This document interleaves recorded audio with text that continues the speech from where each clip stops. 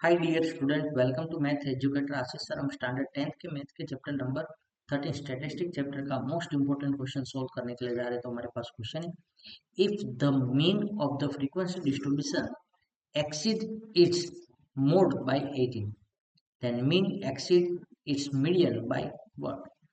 Median से कितना ज्यादा होगा? नाउ इस क्वेश्चन का सॉल्यूशन स्टार्ट करें उससे पहले यदि अभी तक आप लोगों ने हमारे चैनल को सब्सक्राइब नहीं किया है तो चैनल को सब्सक्राइब कर लीजिए, वीडियो को लाइक कीजिए और मैक्सिमम फ्रेंड के साथ शेयर करना भूलना।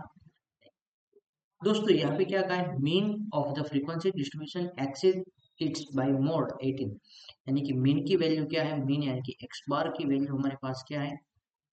मोड मोड यानी कि Z plus 18। Then the mean exceed its by median, median से कितना एक्सीड होगा? यानी कि mean is equal to mode plus how much? Question mark.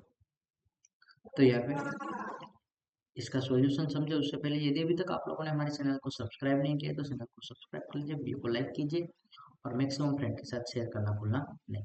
दोस्तों यहाँ पे जेड को सब्जेक्ट बनाएंगे तो जेड इज इक्वल टू क्या मिलेगा आपको? X bar minus 18। नाउ हमारे पास फॉर्मूला है 3m is equal to Z plus 2x bar. तो in place of Z, Z की प्लेस पर हम लोग क्या लिखेंगे? X bar minus 18। जेड की प्लेस पर हम क्या लिखेंगे? X bar minus 18 plus 2x bar, और यहाँ पे क्या है? 3। तो एक्स बार प्लस 2x बार क्या हो जाएगा? 3x बार माइनस 18, यहाँ पे 3m। नाउ सारे टर्म है वो 3 से डिविजिबल है तो डिवाइड बाई 3 बोथ साइड। तो यहाँ पे क्या मिलेगा? m is equal to x bar -6, -6 left side आएगा तो क्या होगा? m plus 6 is equal to x bar. तो यहाँ पे इसका सॉल्यूशन क्या हुआ?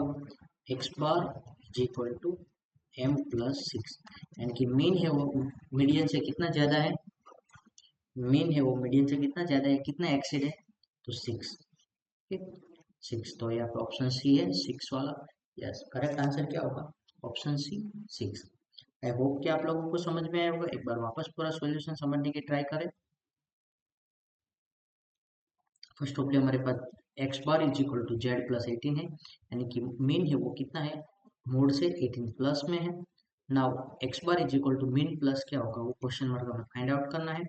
तो यहाँ पे Z is equal to x bar minus 18, Z को सब्जेक्ट बनाएंगे तो क्या होगा? एक्स बार माइनस 18 होगा। नाउ हमारे पास फॉर्मूला है 3m is equal to z plus 2x bar. In place of z we write x bar minus 18, x bar minus 18 right करेंगे। Now x bar plus 2x bar तो क्या होगा? 3x bar हो जाएगा minus 18। Now सारे term है वो 3 से डिविजिबल है तो 3 से डिवाइड करेंगे दोनों साइड तो 3m डिवाइड बाई 3 कर देंगे तो m बचेगा। 2x bar divide by 3, sorry 3x bar divide by 3 करेंगे तो x बार बचेगा।